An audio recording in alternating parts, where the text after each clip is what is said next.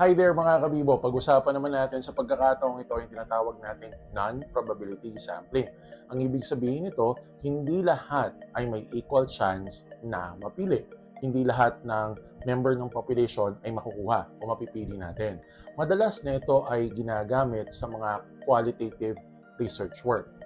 Ngayon, ang mga kinukuha lang natin dito, yung mga tao, bagay na madaling kunin o kaya naman sabihin natin yung mga pasok doon sa criteria ng study na ginagawa natin. Una na dyan, yung tinatawag nating convenience sampling. Ito yung pinakamadaling klase ng non-probability sampling. Halimbawa, sabihin natin, inaalam mo kung ano ang pinakapaboritong kulay ng mga estudyante sa isang partikular na eskwelahan. Ngayon, ang gagawin mo lang kung sino yung pinakamalapit, pinakamadaling makita na estudyante o kaya tao dun sa eskwelahan na yon, yun na mismo ang tatanungin mo. Again, ito yung pinakamadali kasi nga, very accessible.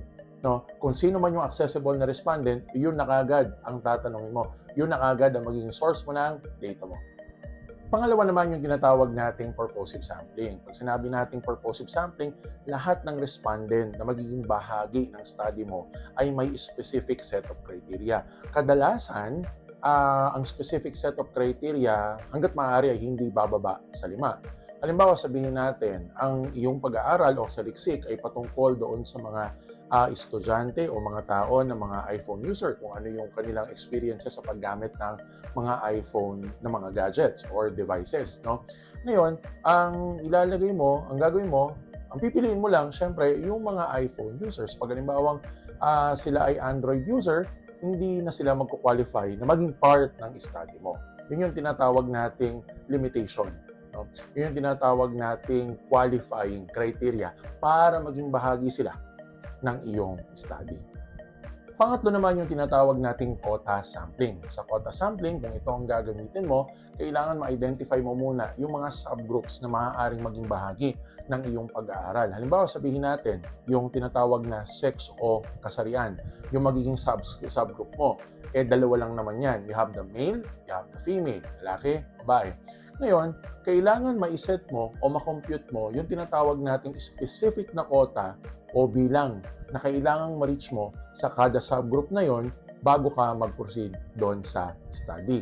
Ngayon, pag halimbawa, sabihin natin ay na-reach mo na yung sinasabi nating quota sa kada subgroup. Halimbawa, sabihin natin, naka-30 ka na, nakakuha ka na ng 30 na respondent sa lalaki at 30 na respondent sa babae, o pwede ka nang mag-proceed doon sa study mo kasi kumpleto na ang iyong mga respondent o ang iyong sample.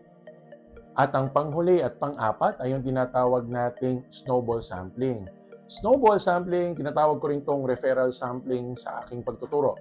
Ngayon, pag sinabi nating snowball sampling, halimbawa sabihin natin, ang pinag-aaralan mo ay yung mga estudyante na mahilig pa sa anime sa panahon ngayon.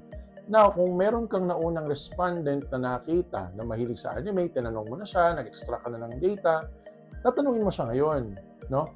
Kung may kakilala pa siyang ibang estudyante na mahilig din sa anime. Kasi hindi mo naman makikita yan sa tao sa unang tinginan lang by just looking at the physical appearance kung mahilig ba talaga sila sa anime. Maliban lang kung syempre kung naka-cosplay sila. Pero other than that, kung naka-regular school uniform, hindi mo ma-identify. Kaya ang gagawin mo, yung una mong matatanong ay tatanungin mo rin sila kung sino pa ang kakilala nila na po pwede na lang ituro, na po pwede mong ma-interview o makakuha ka ng data doon sa taong yon. Yun yung tinatawag nating snowball sampling. At kung maidagdag ko lang, pag sinabi nating snowball sampling, madalas din ginagamit ito kapag halimbawa naghahanap sila ng respondent na ang itatanong nila o ang pag-aaral nila ay patungkol doon sa mga sensitive na mga cases or mga issues or topics. Halimbawa, sabihin natin, yung mga nagkaroon ng mga traumatic experiences. Siyempre, yung mga respondent o yung mga taong yan, hindi naman nila talagang isi-share o sasabihin kaagad-agad